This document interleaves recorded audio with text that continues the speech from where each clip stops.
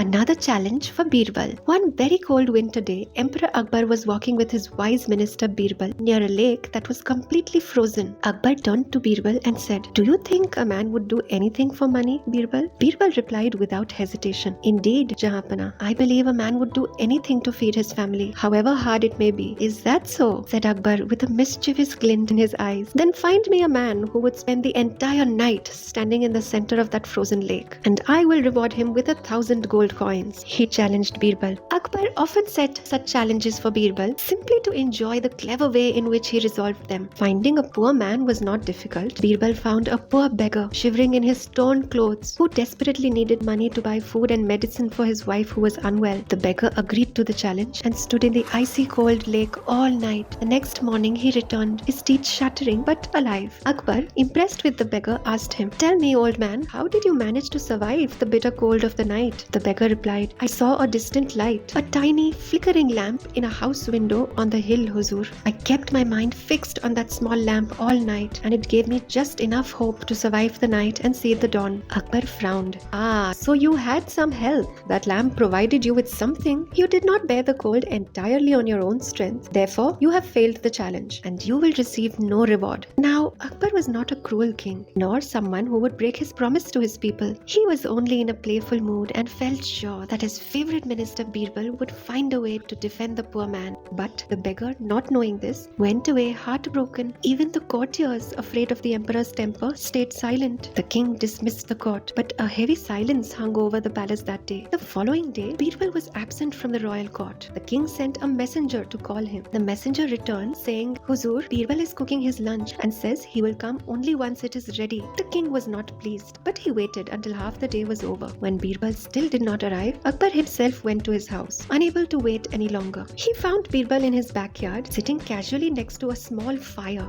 High above it, hanging from a tall pole, was a pot of khichdi. The pot was so high that the faint heat from the fire could never reach it. Akbar frowned. "Birbal, what is this nonsense? How can you cook that khichdi from such a distance? The pot is 10 feet above the fire." Birbal looked at him innocently. "Jahapana, if a beggar can receive enough help from a flickering lamp so far away to survive the night in a frozen lake, then surely this fire will also cook my khichdi." The king immediately saw the wisdom in Birbal's words and realized his mistake. The distant lamp had given the beggar only hope, not real warmth. "All right, Birbal, I understand," the king said, smiling. "You've made your point. I know I sounded unfair yesterday, but I was only testing you. You know I'm not a heartless ruler." He immediately sent for the beggar, apologized for his mistreatment the previous day, and handed him a reward that warmed the hearts of everyone in the palace.